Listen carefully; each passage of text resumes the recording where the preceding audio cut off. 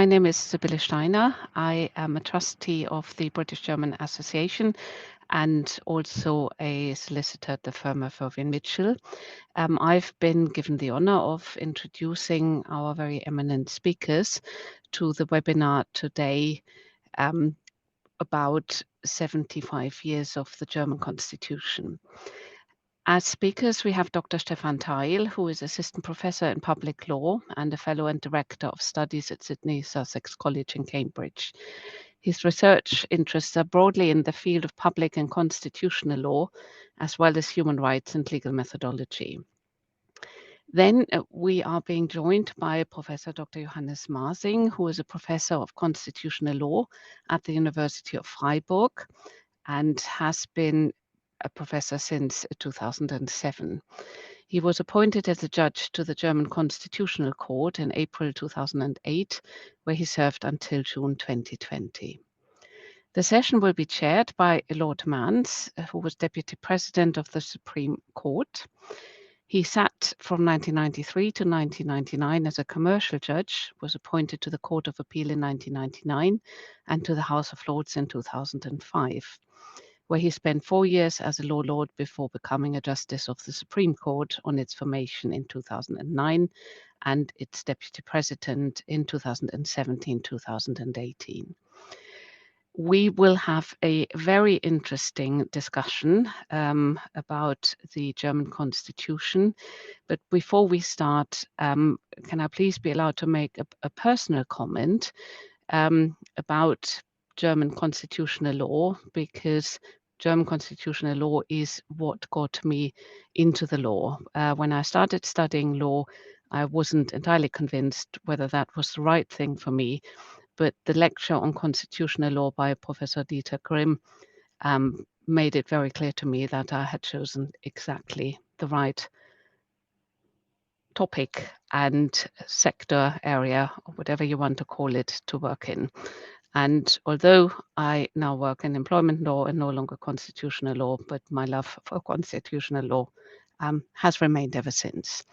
So thank you very much. And without further ado, I'm handing over to Lord Mance. Well, thank you very much indeed, Sibylle, Dr. Steiner. Lucky you to have been inspired by Professor Dieter Grimm, wonderful man. Let us begin, because we're short of time, with Professor Johannes Masing's contribution. He's going to give a brief outline of the German constitutional position, followed by Dr. Stefan Theil. So, Johannes, may I invite you? Good evening. Thank you very much for this invitation. 75 years of the German Grundgesetz. That meant peace, freedom, rule of law, and prosperity, perhaps the best period we had in history, at least in the newer history. And in Germany, we are quite sure that it is the constitution with the basis, which is the foundation of this period. We are proud of it. And we can say the constitution is a point of identification for the Germans. It is a very specific constitution written after the Nazi time. At the beginning, there are fundamental rights. Compared to other constitutions, this is exceptional. And these fundamental rights are safeguarded by the Constitutional Court against politics. So the Constitutional Court is an integral part of the institutional fabric of our Constitution. And it is recognized to be a strong political actor, of course with limited competences, but nevertheless it is one of the 5 main organs of the state. And there is great public approval for this court. The court enjoys much far greater trust than every other organ within Germany. So I have 3 points. The first point is, what is the conceptual background of such a strong position of the court? How does this fit in with the idea of democracy? Because this is always one of the questions British people ask me, why we can have such a strong court. So I will start with a contrast to the UK. The British Constitution draws its legitimacy from history. It represents continuity of legal ideas in an open, flexible environment. The model of a written constitution is a new beginning. Only what the constitution says, or only public authority which can be derived from the constitution is legitimate. And this is all the more true in Germany after 1945, after the Nazi time. The German constitution wants to be a break, a rupture in history, a reset, a new foundation of legitimacy. And one of the most important ideas is safeguarding the rights and fairness, the rights of the individuals and the fairness of the political process, and the protection from abuse of power. And in this meaning, the constitution is considered to be law, not just a political proclamation, not just a setting up of institution. It is a legal document, being law, which has to be applied. It is the big promise that law is binding politics. First is the law and the constitution, and this gives the framework to politics. In the logic of such a concept, independent control is included. And this is actually the Constitutional Court. And furthermore, such control has a certain character. It is structurally directed against the outcome of majority politics. The control is filling in gaps of majority politics. It's correcting it, insisting on individual rights, which are put aside by which may be put aside by the majority. It has to protect from abuse of power of the majority, and it is insisting on minority rights and on fairness of the political process.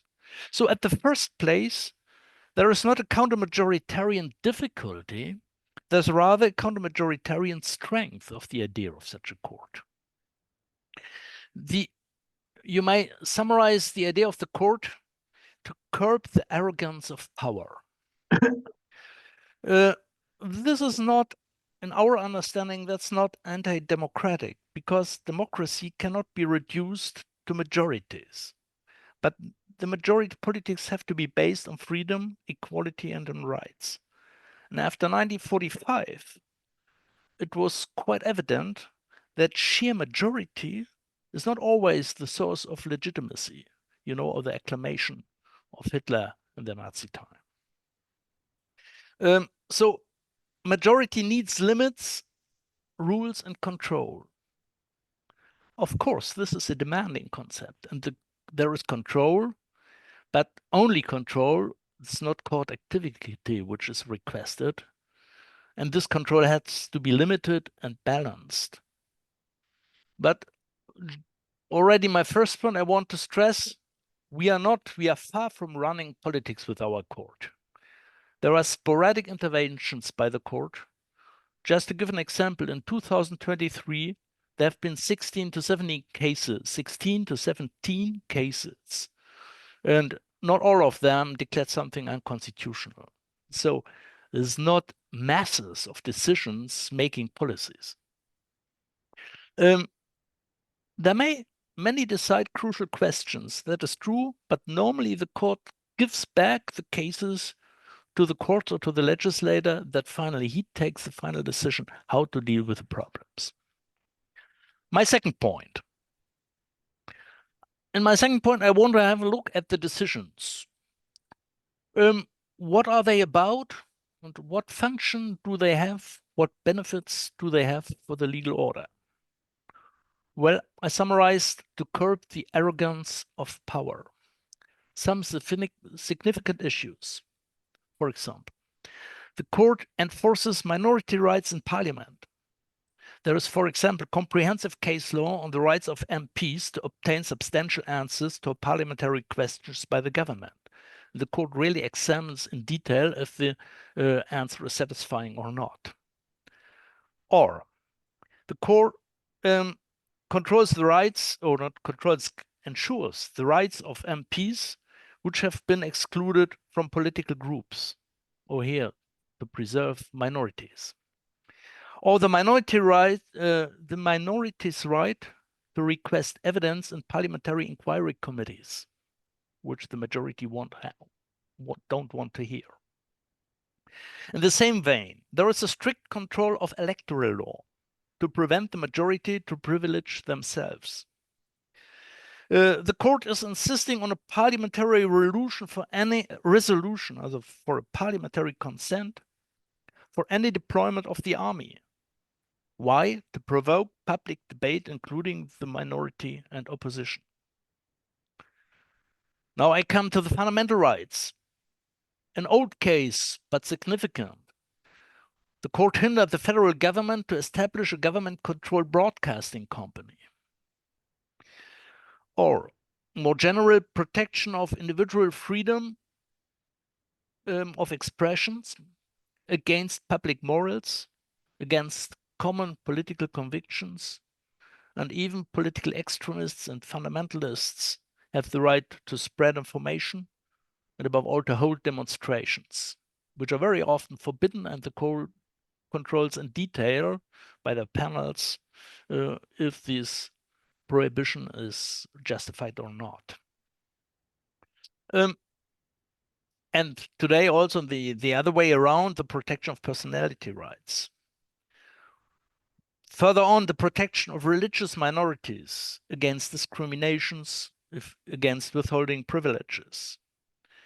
Equal protection for gay, lesbian people, of transgender people, which don't have any lobby to push their interests, or not enough lobby normally. And there is a wide and intensive control of the investigative powers of security agencies, the surveillance powers. Why? Because they are secret, they can't be seen, and there is no natural control of those. So, to summarize that, what are the benefits of such kind of control? It is to counterbalance the blind spots of political decision-making by the majority. The government has limited capacity for legal reforms and activity. The government acts under public pressure, often of a few powerful lobby groups, which often are narrow-minded or self-interested and don't get on the spectre minorities. And the government is often confronted with emotionally loaded debate and very little rational expectations. The idea of the court is to compensate this a little bit, of course, only a little bit. And it's still the government who makes politics, and the main decisions, of course, it's the government, and the court is just controlling. But the court insists on political fairness and openness of the decision-making process. It enforces the rights of those who don't have any powerful lobbying. And it's important, not only the court itself does it, but it enforces the rights. It pushes politics to take minority rights into account, because they know the court will control this. So, and the court makes transparent what happens secretly. All in all, such control contributes to a more fine-grained law. And very often the court requires, above all, more differentiation, demanding rational reasons for the law, how it is made.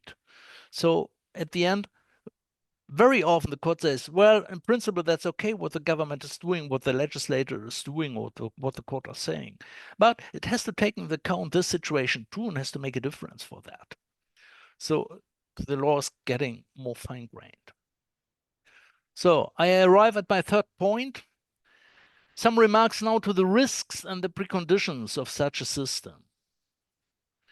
To have such a court is, of course, it's a risk. But not to have a court is a risk too, I would say. So we have to weigh the different risks. I am far from pretending that our court is a model for other countries. It is strongly limited to our history, but for Germany, as said, it has done good. So I will mention some risks. The first risk is this, that the decisions are too far removed from public opinion. The court has to have public acknowledge, to be public and acknowledged. The second risk is the requirements get too detailed. They may get too finely structured and too difficult to be applied in all-day life, be it by the legislator, be it by the courts. And perhaps there is a risk of too idealistic requirements. Fundamental rights are idealistic promises. However, politics has to generalize, needs coarsening, needs to impose hardships, needs to simplify. And it needs leeway for negotiations and compromises that are not rational in substance. To get there, a good balance is demanding, of course. And too fine-grained requirements may hinder effective decision-making by political actors at the end. That's another risk. And in the worst case, it may forestall new solutions or innovations, or it may counteract the political leadership of the government. Until then, I would say we don't have this problem. But of course, it's always a risk. So at the end, we need well-balanced, equilibrated jurisprudence. Distance, restrained, cautious. And this is never guaranteed. There is even no clear indicator if the court is doing good or not. I would say until then, we could prevent these risks from gaining predominance. But of course, I'm biased as a former justice, but the public opinion is also sharing this evaluation, this assessment. So my last remarks are based on some of the preconditions that this or why this had worked until then. And I'm very cautious about that. Until then doesn't guarantee that it will work always. The election of the judges has been quite balanced until then and respected as such. We have 4 rather conservatives and 4 rather liberals in each Senate, and this is made sure by a 2/3 majority requirement for the election process. And then we have had always enough persons of academic brilliance and understanding of the context of law in the court. Of course, not all are very brilliant, but there have been always enough, I would say. Sometimes, indeed, they are trenchant thinkers and politically committed persons, but we have never had really radicals in the court. This is important, also made sure by the 2/3 majority. And what is very important, I think, we have a culture of intense internal deliberations. The big cases we discuss 3 times 3-4 days on the basis of an extensive report, very often some 100 pages. And there is always a readiness for compromise, even if a majority is emerging. And all this is based on a political culture. All political parties ultimately are willing to make compromises for the election of the judges. We need a 2/3 majority, so you need a compromise. And they respect the court. It was sometimes very difficult. It's not easy. I wouldn't say that's a very high estimating always of the court. But in the end of the day, it worked. And a last very important point, all this is based on the approval of the public. And that's thanks to the prudent reporting of the press and the mass media. You see, these are just some of the preconditions. I will stop here because my time is running out. You see, all this may change, and this would lead to the next point I will not put on now, the challenges we are confronted with today. I'm very cautious, and it's not sure that we will have this lucky situation we have now, because many things are changing. But to summarize, in my view, the court has done good for the development of law and politics in Germany, even if you can criticize always specific decisions, no doubt about that. But such a court is always an unstable situation and is not a model for every country. Thank you very much. Thank you, Johannes. That's extremely interesting and gives us, I think, a great insight into the court and how it may relate with our thinking and why it is so different. Let us move straight on to Stefan Theil, Dr. Theil. Stefan. Thank you so much, Lord Mance, and thank you so much to Professor Masing for your reflections. I am going to be much more circumspect in my notes today. I'm going to walk you through one of the success stories, I think, of the German Constitution in a fitting way, I think, to celebrate the 75th birthday of the Constitution. So I'm going to walk you through this. It's not going to be terribly long, and I hope you can follow along, and happy to answer any questions if they do come up later. So I want to talk to you about Article 20A of the German Constitution. Now, as the A after the number 20 indicates, this was added to the Constitution somewhat later. In constitutional theory, it's what we call the constitutional mission statement. It commits Germany, in other words, to sustainable development, environmental protection, and the general welfare of animals. I'm going to read out the passage to you because it is quite short and succinct, and that will hopefully give you an idea of what I'm talking about. So the passage reads, "Mindful also of its responsibility towards future generations, the state shall protect the natural foundations of life and animals by legislation and, in accordance with law and justice, by executive and judicial action, all within the framework of the constitutional order." Now, you can immediately see that this is a constitutional mission statement as opposed to an operative operative provision of the Constitution. What do I mean by mission statement? In constitutional theory, what we mean by that is that it might a constitutional mission statement spells out an objective for the state to accomplish. It is something the state should strive to accomplish, and it can have binding force on the state in that respect. So you can contrast this a little bit with the notion of constitutional preambles, which also express perhaps certain ideas and thoughts and missions that are imminent to the Constitution, but don't necessarily go as far as binding state action or directing it towards certain policies. The constitutional mission statement also contains a certain constitutional value. It tells us something about the overarching values that are contained in the Constitution and some of the things that we might want to take into account when making policy decisions, especially through ordinary legislation. It requires specification, of course, and the way that that happens is most likely through ordinary legislation in practice. And finally, a key feature of a constitutional mission statement is that it's not an individual right. So it's not invocable by individuals in the proceeding before the Constitutional Court as such, although it may very well guide the interpretation of fundamental rights. So you might think mission statements sound largely symbolic. They express vague constitutional values and they don't really give us much to go on. I think you'd be wrong, and I think Article 20A of the German Constitution is a good way of demonstrating that. And I'm going to use a particularly interesting decision from recent years, the climate change decision of the German Constitutional Court, to illustrate this point. Now, this is a very rich and complicated decision. I cannot do justice to every aspect of its reasoning or its arguments, but I'm going to try to focus on the particular impact that I think Article 20A had on the decision and maybe give you a flavor of what it is like to operate and to adjudicate the Constitution under such circumstances.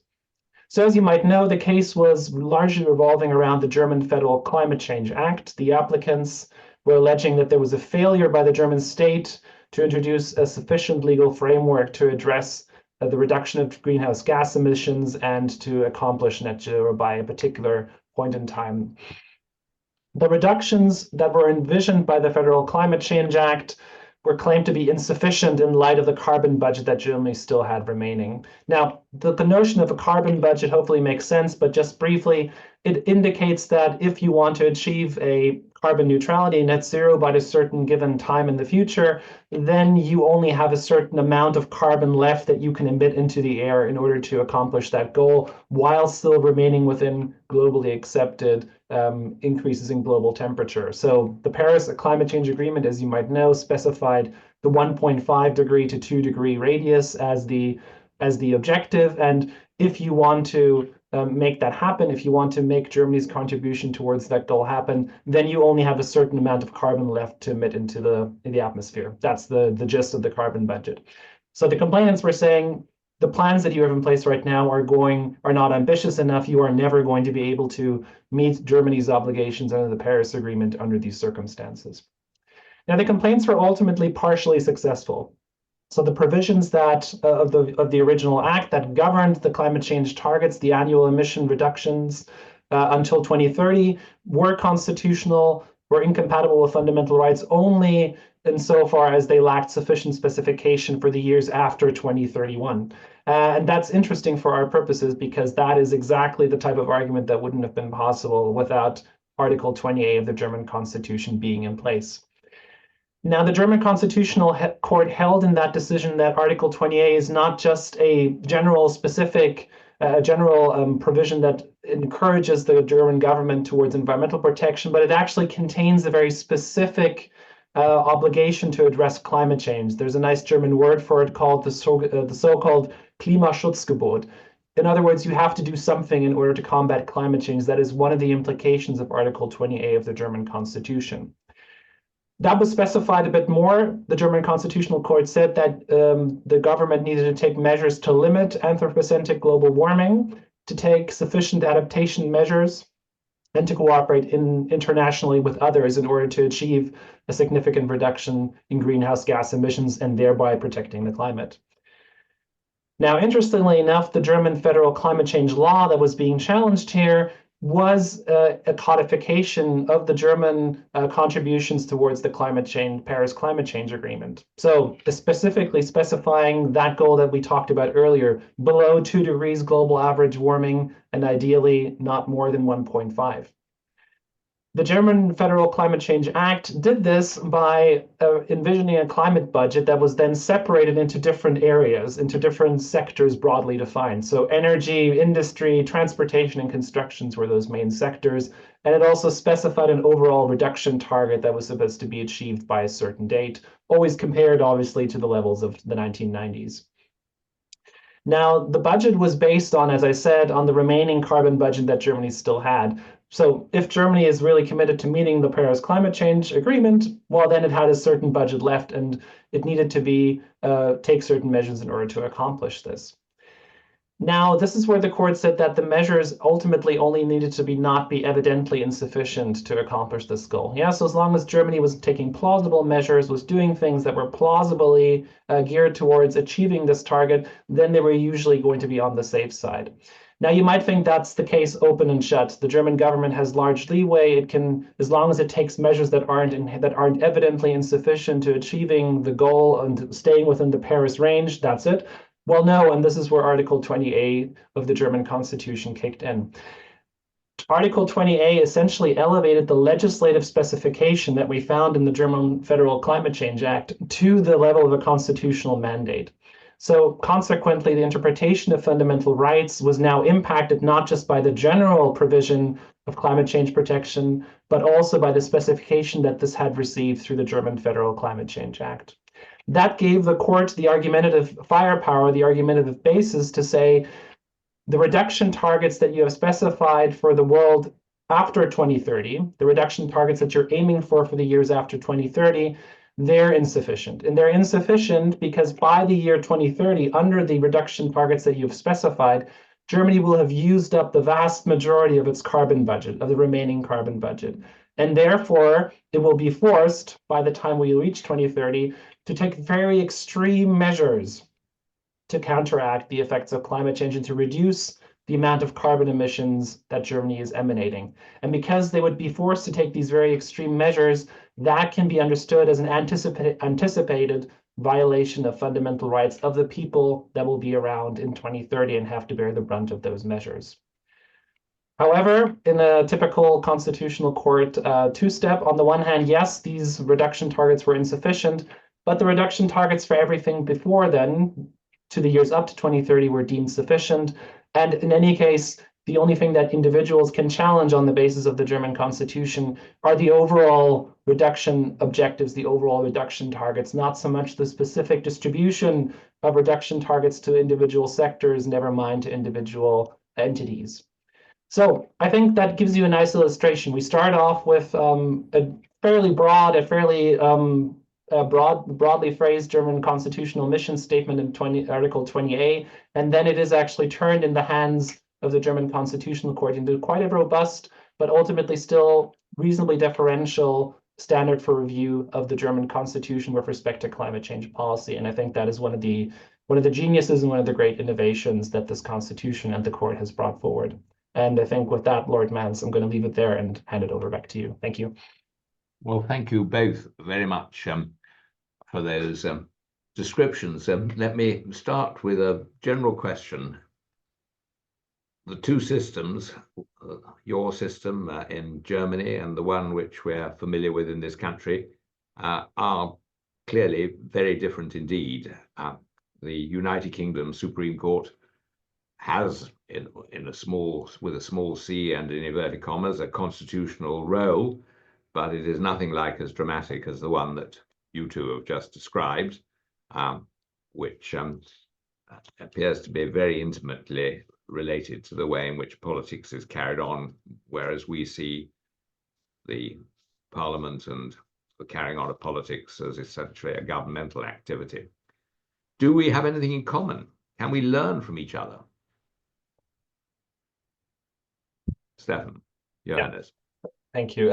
Yeah, I'm happy. Okay. I think, yeah, we can learn a lot from each other. I think not least because we've been essentially subject to a very to the same human rights law system for quite a while. We've been subject to the European Convention on Human Rights, and I know, and I'm sure Professor Masing will be able to speak to this in more detail, but I'm sure there is a lot of institutional learning going on just by seeing how the UK system deals with a particular kind of case and how the German system deals with it. That doesn't mean that the institutional role of the Supreme Court is in any way comparable to the German Constitutional Court. I'm pretty sure, Lord Mance, during your time, you would have been mortified to make a decision along the lines of the German federal climate change decision. I think that would have been inconceivable in many ways.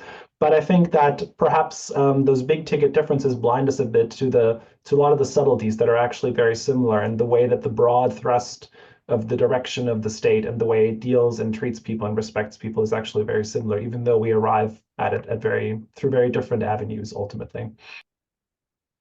Yes, I think you're right in saying that at the level of fundamental rights, the sort of provision you find in the European Convention, we two courts had and have a lot in common.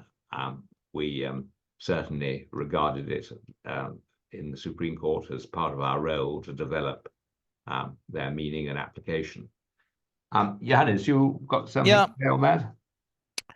I think indeed the idea of a constitution and also the institutional arrangements, and even more the scope of the empowerment of the majority, is basically different in the two countries, and profoundly different. And I think the UK constitution is more robust. You can make easier decisions. And ours is more delicate, perhaps also a little bit more fragile. But what is the common point? I think the common point is not so much the way we construe our decisions and we arrange them, but it's a common spirit. Both legal orders, so both constitutions, build on the freedom of the individual.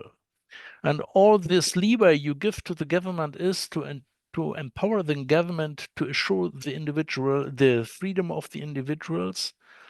And I think that's the first point which we have together. You have it rather in the common law tradition, and now also we have a common point in the Human Rights Act, that is sure. And also by your principle of legality, what is used by the Supreme Court. And we have another common point, and that's rather a common fragility. There is no order without risk. Or I think we have, in both orders, there are risks that something may go wrong. I think that is true for the Great Britain, because you don't any control. If the majority wants to abuse its power, there are little breaks against that. For us, if the court goes too far, or if the court takes bad decisions which is blocking too much, this may very, very fast forestall reasonable decision making and the public to be confident with the constitution. I gather rightly from your final opening remarks that you were concerned that political changes might mean that the constitution of the court itself changed in a way which was problematic? Yes, we are a little bit concerned indeed. First, by the internationalization, because the decision can be bypassed, and we have to act with a network of international players. But above all, the changes of the political surrounding, the media, the internet. The court is very dependent of public acceptance. And our decisions until then have always been reported in a more or less understanding way, in a prudent way, by the old mass media. When now communication is disintegrating, is getting fragmented in private networks without professional care curation. And we are not sure that the public support of the court will remain. For the time being, the court is quite safe, I have to say. But the one point. The second point is political fragmentation and shifts in the party system. The court is composed following the idea of two political camps, more conservative, more liberal. This fragmentation is dividing in more different players now, and it's more and more difficult to say how is the court composed in an equilibrated way, because the political camps don't want together, the extreme right and the right. They are very different currents. Yes. And until then, we'd always since the respect to implement the decisions. But there is more and more political polarization, also between the elected politicians. The selection of judges may become more and more difficult. I don't think between the big parties we have, but now we have a right-wing party, we have a left-wing party, who already say this is all the old establishment. There's partly blank rejection of this establishment. And finally, even we wonder if they want this kind of decision-making, this kind of role of the court. And when we look to Poland and Hungary, we see how fast such a court may be dismantled. This is, all in all, I can say the basis of the court is mutual respect in the political sphere and the willingness to follow the court, to implement its decisions, to take them seriously. And we are dependent of that because, of course, the court has not police which can enforce it. Can I put just to put a different point? It may be that it's one that should be directed at Stefan rather than you, but we've seen, and you've emphasized the importance of public acceptance, and we've seen in the Neubauer case, which was described by Dr. Theil, the climate change case, the court acting in a way which certainly would enhearten liberal thinking. But then we see in the debt brake ruling more recently, the court actually intervening to prevent expenditure on climate change, insisting on the rigidity of the constitutional brake on expenditure. Does that give rise to a danger of loss of public acceptance? I mean, again, it's something which would be preeminently a political decision in our case, which the courts wouldn't get near. Let me ask you briefly to that, and then let Stefan have a go. I think in both decisions, the climate change too, I would emphasize much more than you did in your presentation of the case. The court didn't demand very much. He didn't insist or so much. He said, yeah, okay, but the government itself said we will have to reduce the climate, and we will reduce it by 2050 to this quality, to this. But the only thing the court has said, if you do it, you have to say how it will be so that the people can adopt it. So all the political leeway is given back to the government, how to do it. Yes. And the same with the... Let Stefan comment on that. Thanks. Yeah, I think the climate change decision, I think, is one of those that I think gets lost a bit in the hype. There's a lot of people who have, understandably, and I'm certainly one of them, are very concerned about the way that we're heading globally when it comes to climate change. That's no secret. On the other hand, however, I don't think this was the decision that was going to that is going to change anything radically. I think we're deluding ourselves if we think that we're just a constitutional court decision or an international court decision, for that matter, away from meaningful action on climate change. I think there's a mountain to climb there, and I think we can realistically only climb it through negotiations and compromise, and that takes diplomacy. That's the preeminence of politics, I think. So I think the German climate change decision has been a bit hyped too much. I think it hasn't actually changed much from where I'm standing at all.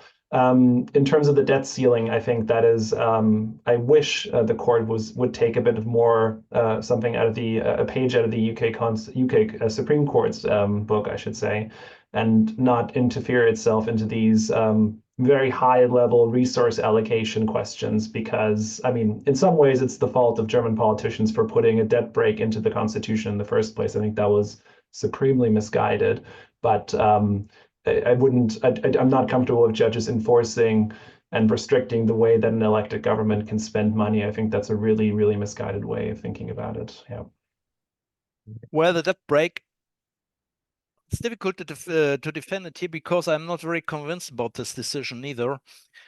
But I think there again, it is understandable, this decision. In 2009, there was only in 2009, quite late, there was an amendment of the Constitution. And the debt brake says the budget shall be balanced without the revenue from credits, except for a small margin. And then an exception can be declared in case of natural disaster or unusual emergency situations. In 2021, the government declared such an exception because of COVID crisis. At the end of 2021, the credits weren't spent. They weren't needed finally. So the new government took this money, which was an exception for the COVID crisis, and said, now we take the money and put it in a special purpose fund to use it for the redressment of the economy. And it justified it by telling, well, the economy is down because of COVID, and now we want to transform the economy and climate. We take the money because the economy is down because of COVID. This was a little bit tricky, I think. And so the court took serious what the legislator did in 2009 and said, we have a debt brake there. I think it was a little bit too strict in the interpretation of them, partly. But here again, the court... You understand why they did it. Yeah. Well, can I try something just a little bit more international, and just put 1 or 2 points to the concept of EU law supremacy. The Constitutional Court has run into a bit of difficulty in reconciling the Grundgesetz, the Constitution, with European Union law. Ultimately, has insisted on the Constitution's supremacy. And then in that context, it's maybe said to have led to offered a rather bad example to, for example, the former Polish government or the present Hungarian government, in suggesting that EU law is only of qualified relevance. Now, in Article 1, just to finish this point of the Constitution, you have a striking invocation of constitutional values in the context of international relations, but one might again ask whether that really works. Have either got any comments on this sort of area? Is this a problem for the German Constitution? I mean, I'm probably, well, I'll be interested to hear what Professor Masing thinks, but I would say that I think the German constitutional couldn't really decide these EU law decisions any other way. It cannot give up on the supremacy, on the ultimate supremacy of the constitution, because that is the ultimate basis for all of its decision-making process. I'm drawing a not unfavorable contrast here, I would say, to the decision in Factortame by the House of Lords. It's like we cannot abrogate the fundamentals of one's constitution, even in the pursuance of EU integration. So if you're expecting a German constitutional court to say anything other than that the ultimate basis must be the German constitution, then I think you're deluding yourselves any more than I don't see the UK Supreme Court or the House of Lords and Factortame, for that matter, declaring parliamentary sovereignty to be null and void on account of EU supremacy of EU law. That's just not something that can happen. We have to find a way of, as those courts had to, we have to find a way of reconciling that with constitutional supremacy. I don't think there's any other way of doing it. And merely saying that, well, it's a principle of EU law, the supremacy of EU law is a principle that we have to implement somehow, that is not really an answer to the fundamental question. So push courts too much, push the Constitutional Court too much, push the UK Supreme Court too much, you're going to get some answers that you probably don't like, and I suspect this was one of those ones. Very clear and forthright. Yes, Johannes, briefly, we ought to ask some the audience about questions. Well, there is no insoluble problem in practice, only in theory. In every federative system, the question of sovereignty is suspended, at least for the everyday legal practice. And it is normal that the different unities, the member states and the courts are wrestling. This proves that they have political strength, and this strength is even needed. If finally there is a routine cooperation without too many frictions, it's a normal thing, and it works completely. We accept in almost every case EU law supremacy. There was one case where the Constitutional Court said, no, we won't follow the court.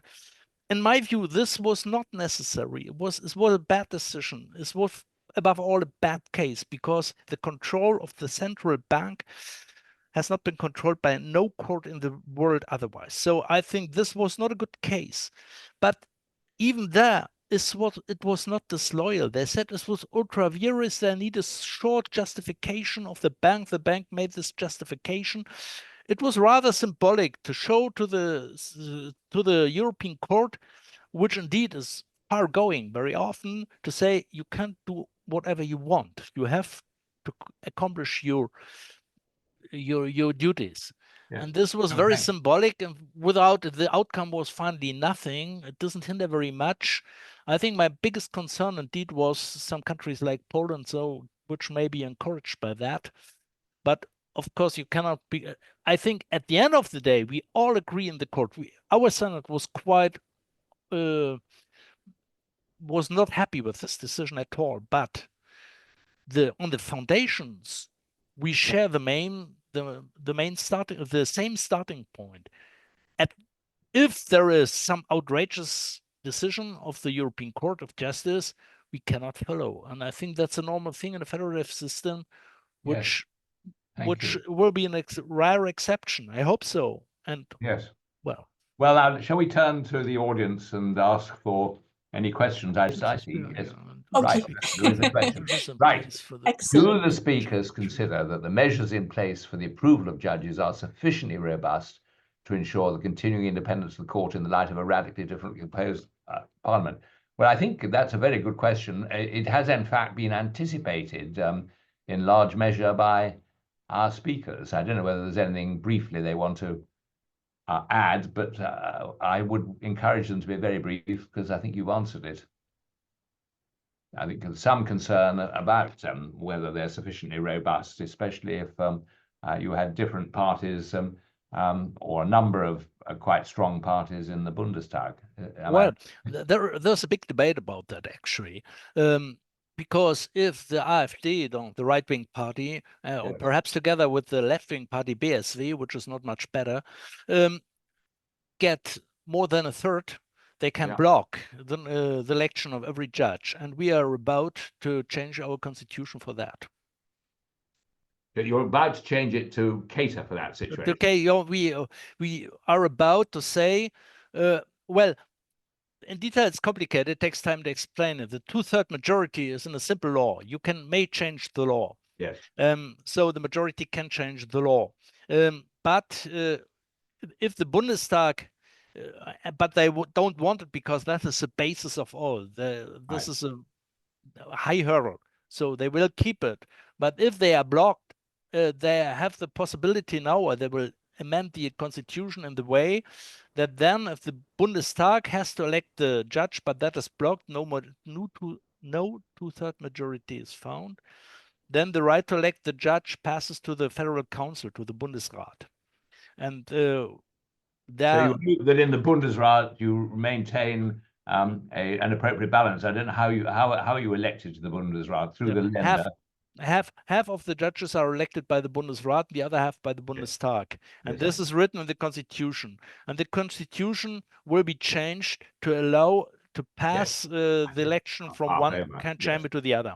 Yeah. But I think it's not sufficient. There are petty debates, negotiations. We could change it much better than we do, but well, that's a big debate for the moment. But we are changing the constitution in prospect of this eventuality, yes.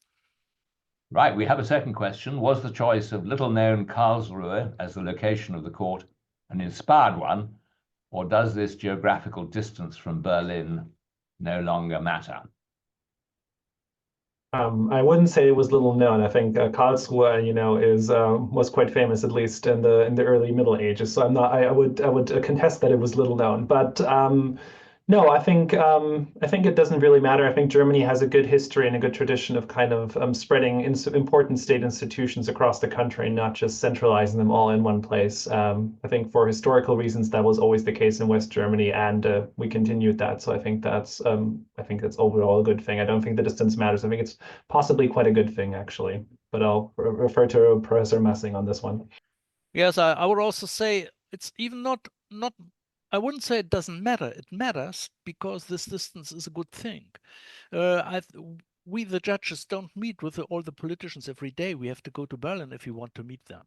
And if we would have, have the seat in Berlin, automatically there would be much more contacts between politics and the court. And this distance is a good thing, I would say. Now we've got a third question. The questioner modestly says it's rather fanciful, but based on your experience, he asks, if you were drawing a new constitution for an unknown country today, how long do you think it should last? Centuries like the USA, or should we think of them as lasting for decades before they need a change? Well, I was going to ask something similar myself, whether there might be a time when the new start, the break and the reset involved in the German constitution was no longer quite so necessary, and you might move to a more relaxed system where you relied more on democratic culture, as in the UK. May or may not be quite the same question, but would you like to address it? I think they're connected, though, Lord Mance. And I think you hit the nail on the head. I would want to know a lot more about the institutional, social, cultural, and historical situation that unspoken of country kind of finds itself in before answering that question. If you're in a reasonably stable, representative, liberal democracy, then I think you can possibly go quite far. Then I might think it might even be justifiable to have the Constitution have a sunset clause, and every generation is required to go through the Constitution again line by line and figure out what elements it wants to keep and what it wants to get rid of. If by contrast you're in a very volatile situation, democratic backsliding, maybe you're on the cusp of no longer being a democracy, your political culture is shattered and your politicians are at each other's throats and people don't see eye to eye anymore, then that would potentially be a very dangerous exercise. So I would want to know more about that fictitious country before definitively answering that question. I don't know whether anyone had in mind the United States, but where their constitution is notoriously difficult to alter and seems to be being interpreted in a particular way. Johannes. Well, first of all, I would contradict you to say in a more democratic way of processing. I think our way is not less democratic than yours. It's less majority inclined. Yeah, that's right. But it's also democratic. That's my first remark. But indeed, I think if I would write a new constitution, I would make it possible to amend it, to change that. And I think the big problem of the United States is they are it's almost impossible to amend it. However, we have had more than 60 amendments of the Constitution in the last 50 years. So we amend it and can amend it. And that's not so difficult. The debt break, it seems sure to me. It will be amended. It will be abolished. They will amend it because, and that's just to come back to this question, there is, in the same vein as many other restrictions of the Constitution, it's a protection of future generations and of getting independent, dependent of the banks. And if you look, Germany has had one advantage, has this Schulden debt break, yeah, because it's only Germany who's close to the 60%, which the EU has given to itself as a rule. If you say that rule is bad, you may change this rule, but I think there is a idea behind it. It is too strict, it's too inflexible. You have to make investments for the future generations, and they will change. They will amend their constitution. I think it's important. And why not have very important rules which you can change by 2/3 majority? But you have to be able to change that and not to write a constitution with this in the result unchangeable. That is very bad. Well, thank you both very much, and thank you, Johannes, for picking me up on the democracy point. And I was not for a moment suggesting that both our countries aren't adherents to the rule of law in their different ways. And it's so interesting to see how different the ways in which they adhere to the rule of law are. Johannes Masing, Stefan Theil, thank you both very much indeed. We've brought the session very close to the end, but I think there's a word of thanks coming from the BGA tomorrow. Yes, I just wanted to thank you for this really fascinating discussion and for taking the time to take part. And if you're interested in our upcoming events program, next week we are hosting our carols and readings, and we are starting the new year on the 8th of December with a discussion on the upcoming elections in Germany. So maybe see some of you there. Thank you very much and have a nice evening. Thank you. Thank you. Bye. Great pleasure. Thank you so much, everyone. Bye-bye.